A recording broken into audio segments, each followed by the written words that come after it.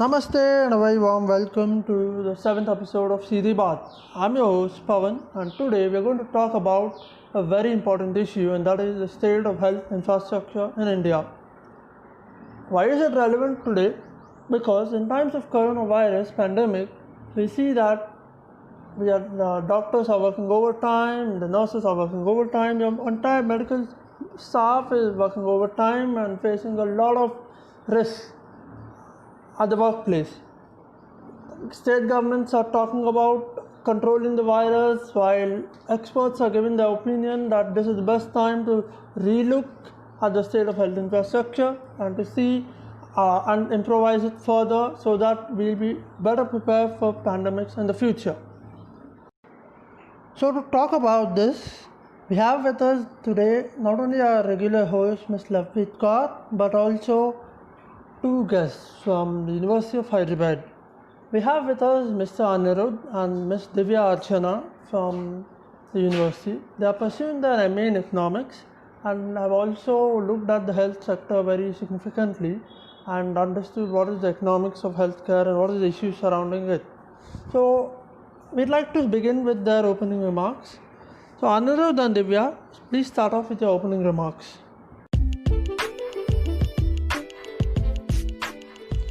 Namaste, thank you Pavan and Lavpreet for having me and Divya on your podcast Seedhi Baat to discuss on the topic India's health infrastructure. Divya and I will discuss on this topic India's health infrastructure mainly in three parts. Firstly, we will have a brief outlook of the state of infrastructure in India. Then we will have a look at the main issues and the solutions we can offer.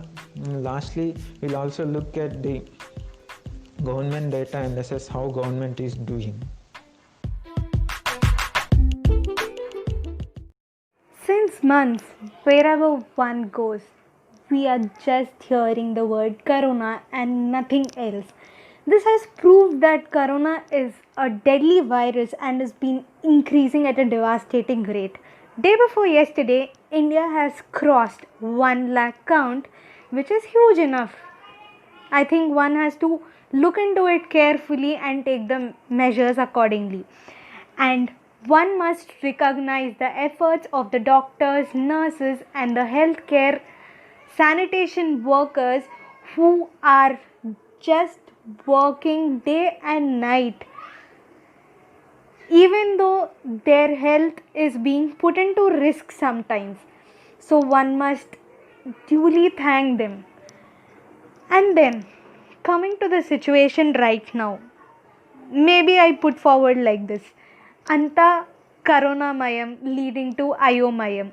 I think this is a good time for us to speak about the health infrastructure in our country and also speak about the health policies that could be flexible enough and changed time to time according to the need of the hour.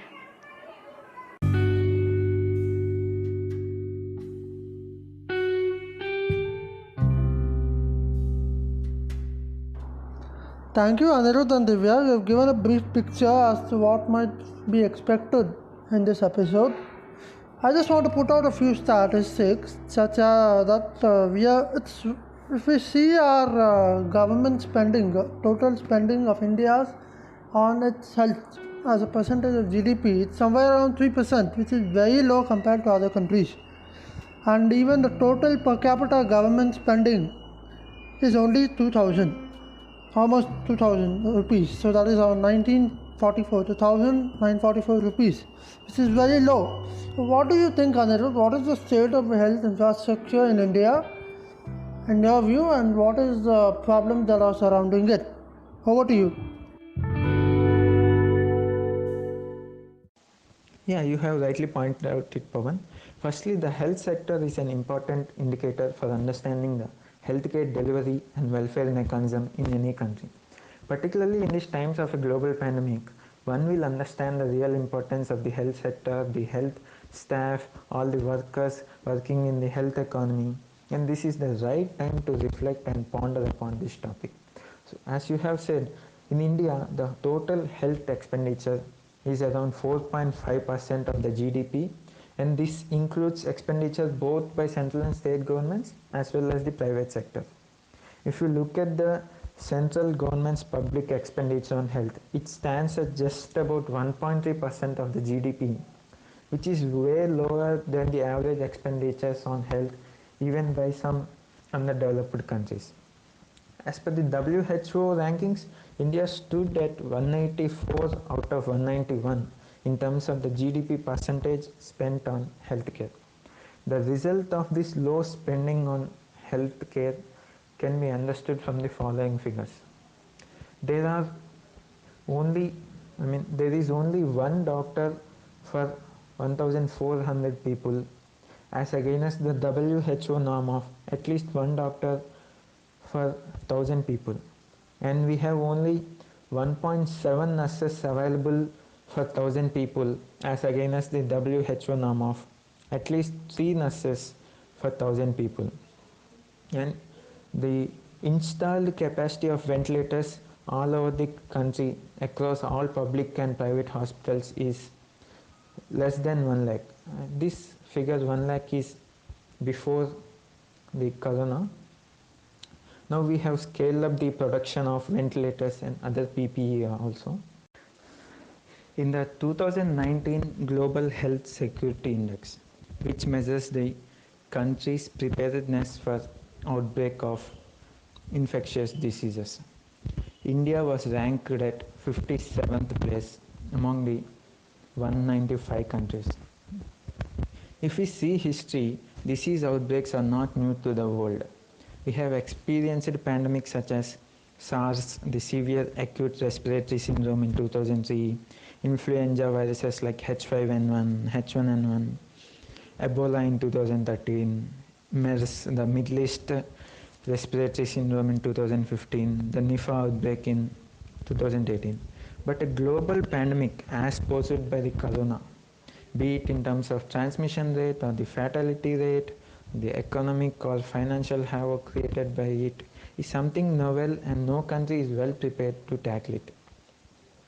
The best and the only way we can prevent the global pandemics of such a scale in future is to stop the spread of the virus or the bacteria in early stages. So communication and information plays an important role in preventing the outbreaks or pandemics in future.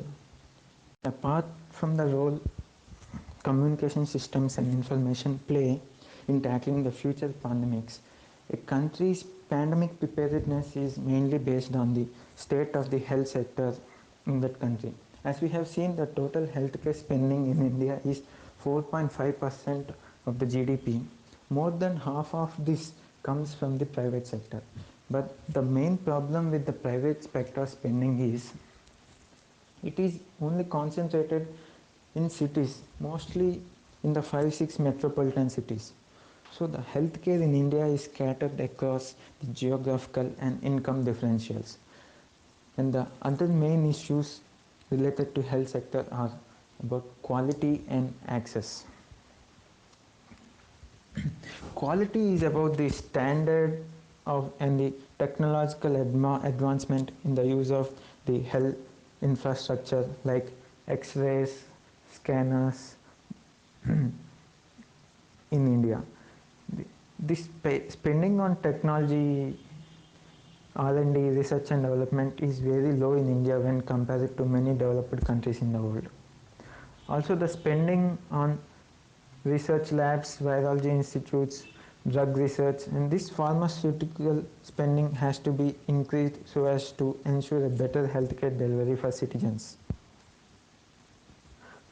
So we all know that 60% of the population in India lives in villages, and there is very less private spending in these rural areas. Also, the central and state government spending on health won't trickle down to the level of all villages spread across the country. So in many villages, there is very low spending on healthcare. And hence the healthcare costs are very high to these people, and many people in India cannot afford the services of health sector. Also, when we talk about the access, insurance is another important topic. Private insurance sector is more and well developed in India than public health insurance sector. Most of the middle and upper class people, the people in urban areas, opt for private insurance. And still, many people from rural and poor backgrounds lack insurance coverage. First of all, Anirudh, thank you for correcting me on the figure that is the health expenditure as percentage of GDP in India is actually 4.5% and not 3.6%. And moving on, I think you've given a very detailed picture as to what is the state of the health infra in India as on date. I think Lovepreet Kaur has a question, and I'd like to allow Lovepreet Kaur to ask her. Over to you, Lovepreet. So first of all, welcome and hi Anirudh and Divya. I'm interrupting here to ask a simple question from both of you. What do you think is the status of our states, especially in the coronavirus outbreak situation? How well do you think they have balanced the health and economy, and what better could they have done? That's what I want to know from you right now.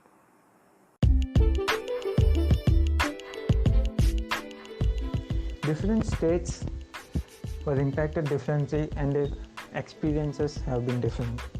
The first case in India was detected in Kerala back in January 30. But we don't have enough information at that point of time how dangerous it can be, what are the problems that we're gonna face because of this virus. Pawan, Lovepreet and I, we three were in Delhi in mid-February. When the first case was detected in January 30, we three were in Delhi to attend Bharatiya Chhatra Sansad, where students from all the states have attended. Also, we were roaming at Connaught Place, Delhi Haat, India Gate, boarding metros, all crowded areas. We didn't expect or foreseen the virus and the dangers it poses at that point of time. So obviously you can see that Kerala got elected first and it have taken the early steps, and we can see the result today. The spread is, the number is very low in Kerala. Also the recovery rate in Kerala is almost around 95%. Also Kerala have previously experienced the Nipah outbreak, Ebola in previous years. So obviously Kerala will have an upper hand in controlling the virus. And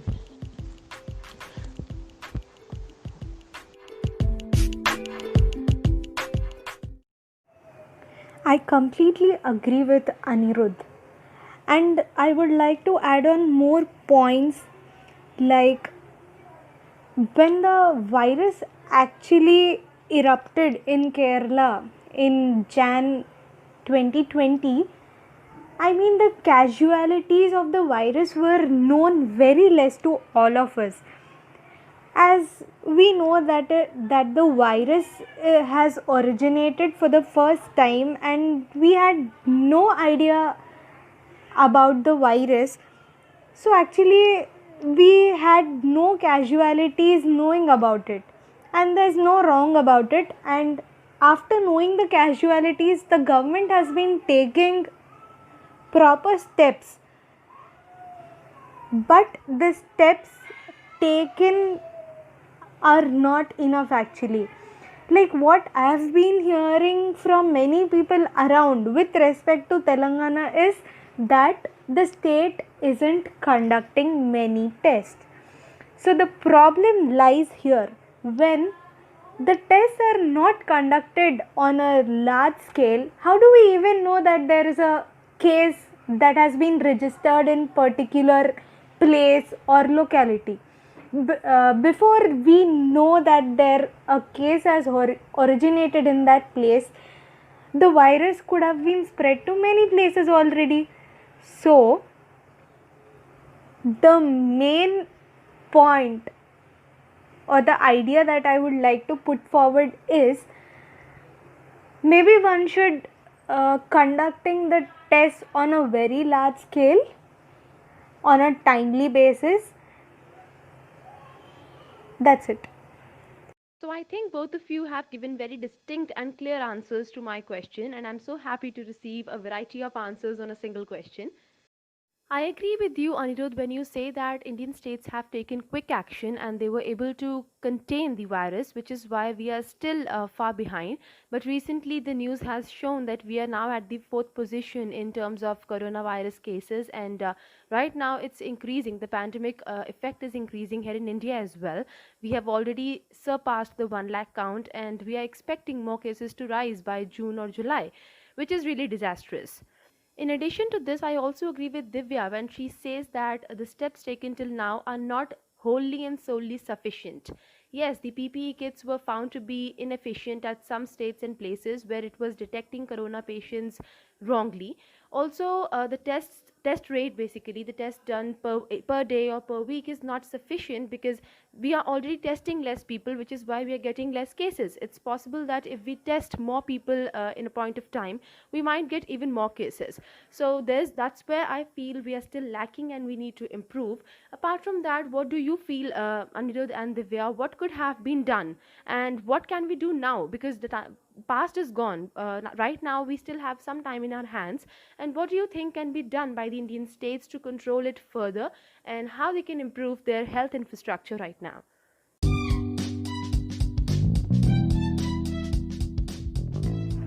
As we all know, India has spent around 3.6% of GDP for the financial year 2020, where the public healthcare spending stands at 1.29% of the GDP, which ranks lowest in the world. Coming to the problems in the Indian healthcare infrastructure, now let me speak about it one by one. Coming to the first problem, it is about the insufficiency of the hospital beds. The count says that 0.1 bed is available per 1,000 people. I think this must be thought about because it looks very least, because per 1,000 it is just mere 0.7. Then the count shows that there is one doctor available for 1,400 people as well. There are dismal number of healthcare centers in India. There are insufficient number of blood banks, and there is a very urgent need for more medical colleges which provide quality education and also bring out the professional workforce into the existence in future. Coming to the next problem, there is a huge concentration of healthcare in metro cities. This is because there is an urban and rural divide existing in the Indian economy. I think one must look upon into this situation because it creates a bias in which the urban and rural people are being treated, and also rural people are being reaped away their benefits of basic healthcare as well. There is also a non-availability of urgently needed vaccine. This relates again to the research centers. That means there are very less number of research centers right now. Coming to the next problem, it is about the structural mismatch in the institutions at the center and state levels. This happens in various departments and agencies, which leads to duplication of work. Hence, this ends up in ineffectiveness and unsustainable as well. So, the solution could be an integrated and comprehensive approach which helps in solving this problem, where the requirement of the infrastructure can be determined according to the district wise on the basis of the population in that particular district, so that the effectual infrastructure is established by the population present at the ground level. Also, the decentralization system exists in India, but it should be worked on more, because decentralization system helps in better administration and surveillance of the local health problems as well. The emphasis should be shifted to the long-term strengthening and enhanced sustainability as well. This finally results in saving the public money as the infrastructure solutions can be determined in a more cost effective manner at the micro level as well. Then, coming to the private players. Now, here the game starts. Basically, private players, when they come into the system, they act as commercial units. They are just here to make more money rather than serving the people needs. I think one must put a check for the private players, like to what extent can they can they exist, and also to what extent can they charge from the people as well. Then coming to the next issue, it is about the quality healthcare. This could be maybe made better with the collaboration of the state and central governments. So one should look upon further to have a collaboration with the state and the central governments. Now, I would like to point out some suggestions for better infrastructure. Number 1, geocoding. This process involves introduction of data systems for monitoring the health status. This implies that the data systems have the history of the patient, of what health issues he had had, and this could be easily referred back, and this helps in saving the time as well. Number 2, reduce urban bias. This means that there should be a reduction in the rural and urban divide. So, the rural are not reaped off their basic benefits or rights, that is a good health care. Number 3, there should be an increase in the medical institutions, that is better quality of medical professionals.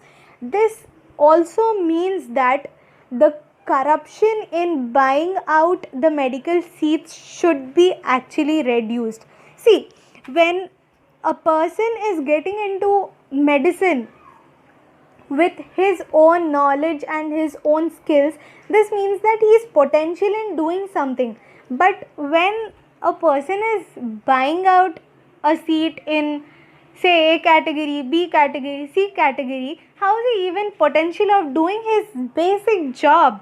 That would be disastrous. He would be playing with the lives of the people. I think the medical colleges should keep a check on this, and government should play a major role in ending this corruption, I feel. And coming to the fourth point, the import duties and taxes could be actually waived off on the equipments that are being imported from the foreign countries. The equipments could be various machines that are being used for X-ray or some other purpose. So the import duties and taxes should be waived.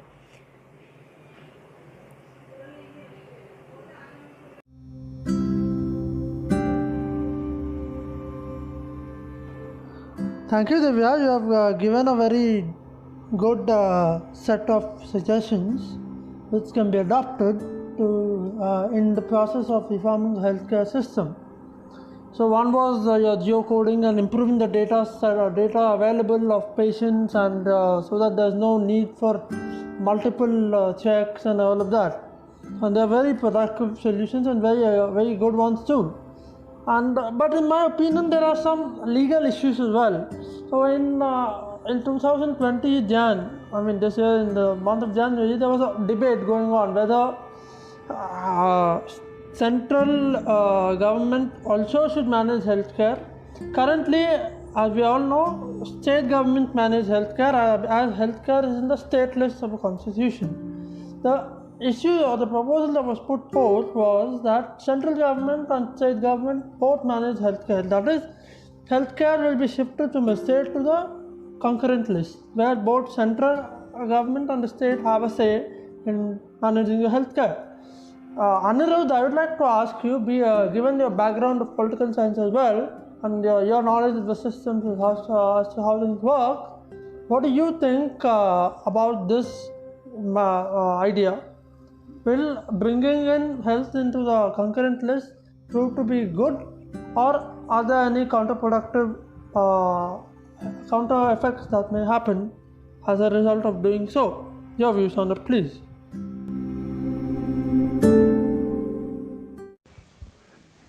Thank you, Pawan, for asking me a question about the legal aspect of the health sector. I will be responding to your question as well as I will put my views about the solutions to some of the problems that health sector is facing today. Already Divya has very well explained about the issues that are facing by the health sector, and she has come up with a wonderful set of recommendations so as to improve the state of health sector and to improve the healthcare delivery to the citizens of the country. Pawan, as you have mentioned that health is a subject matter of state list but not concurrent or national central list. A state government have the power to frame laws related to the health in that particular state, but national government also have the power to frame laws related to public health, as public health comes under the broader subject of public interest too. We have national schemes like Ayushman Bharat scheme, National Health Mission, etc. These are the schemes related to public health which are framed by central government. I think the health should be a matter of state list only, because a national scheme will apply commonly to all states, but different states have different issues, like the population density varies, geographical factors varies, there are different climatic conditions in different states. So I think health should be a subject matter of state only, but not a central or concurrent list. So coming to the solutions, this finance minister have recently said that the government spending on public health will be increased in her speech during announcing the financial package. So what we have to understand is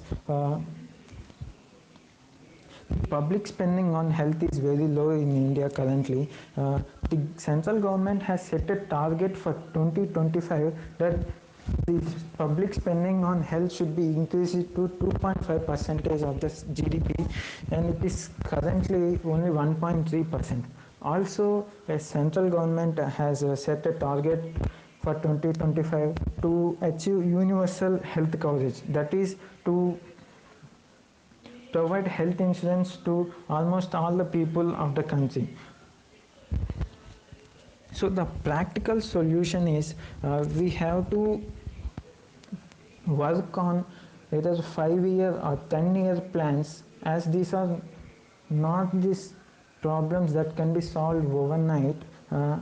We should set certain target like eliminating poverty, improving or increasing the expenditure on healthcare to 2.5%, eliminating malnourishment, undernourishment in India.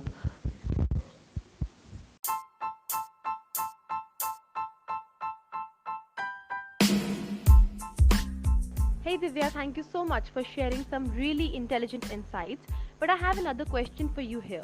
Don't you think that the minimum limit of 200 crores for the global tender can actually impact the purchase of critical medical and research equipments which we need right now for finding out the right vaccine as soon as possible? So this cap which was introduced by our finance minister could be a hurdle in actually devising the vaccine for this whole pandemic. What do you think about this? And the second thing, what do you think is the role of private sector in all of this? Do we really have to promote the private sector in finding out a good balance between the economic revival and the health infrastructure development?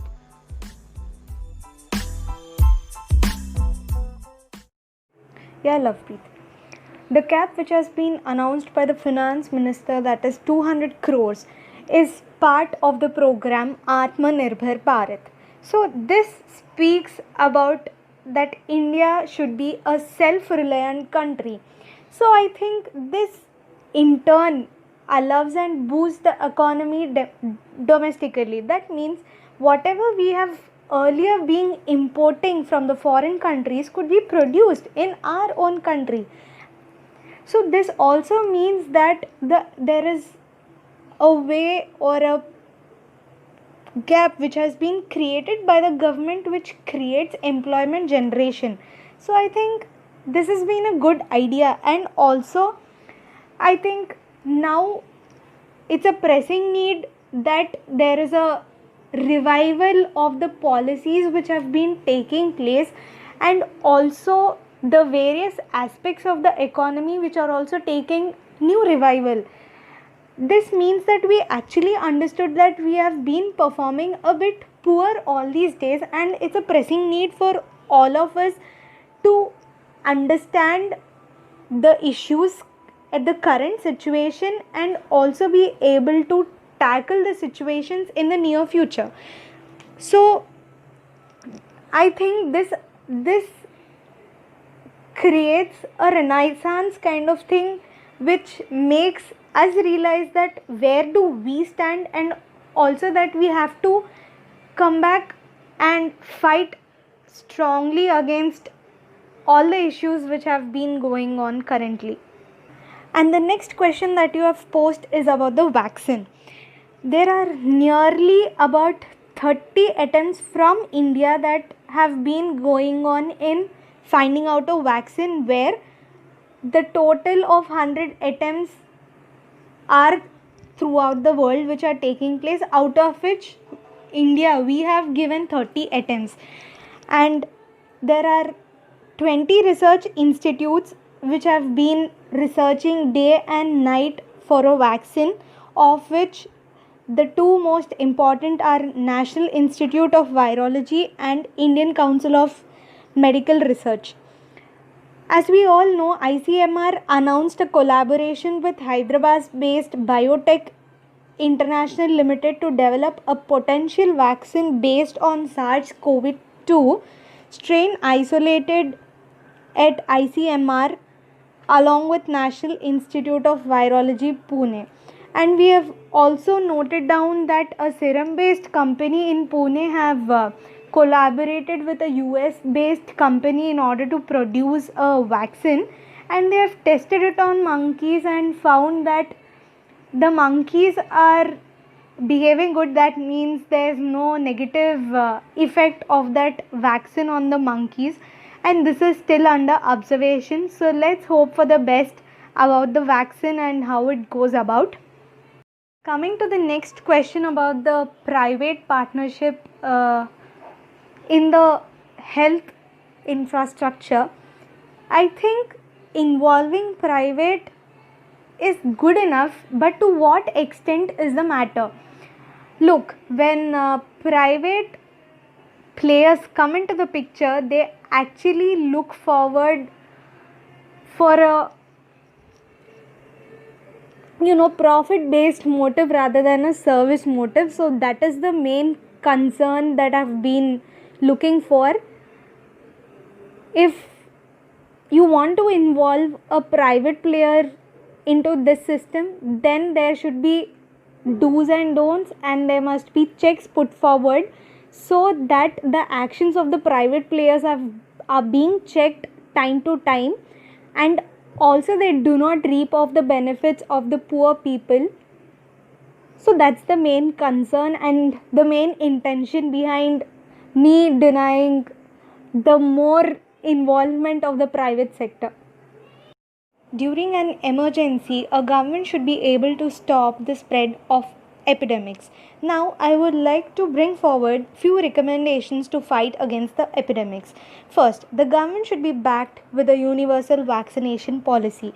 This means that the universal vaccination is to all needy people. The government must not come under any pressure from international institutions and developed world, and must not give up the vaccination policy in the favor of private hands. And also there should be good amount of cold storage facilities and good transportation facilities as well. There is a pressing need of special medical research centers and proper testing facilities and special drugs as well. There must be cooperation and coordination between different research centers and other medical institutions. Number 3, there's a need for a comprehensive emergency epidemic response plan. If quick policy response is provided, then substantially we can reduce the number of casualties. This involves different aspects such as risk assessment of the epidemics, preventive measures to further stop the spread. Number 4, there must be improvement in the habitation conditions. This means that safe drinking water, good sanitation facilities, and improved standard of living as well. This reduces the incidence of the spread. And there is a pressing need to strengthen the rural health infrastructure. The central government must also focus on non-medical expenditure, making people aware of hygienic practices, sanitation, cleanliness, and safe potable water as well.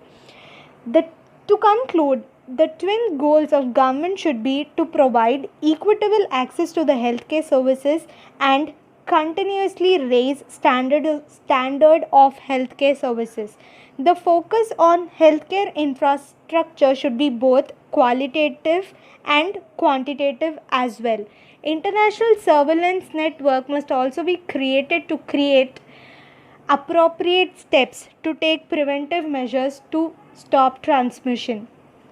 PPP could be a good idea, but as I've mentioned before, it might turn into a commercial project. Hence, better utilization of funds and resources must be employed efficiently and effectively. The government should review the policies at regular intervals, and the policies should not be rigid and must be flexible, which could be changed from time to time according to the need and demand of the hour. First of all, thank you Divya and Anirudh for joining us and giving us a very detailed insight into the status of health infrastructure in India.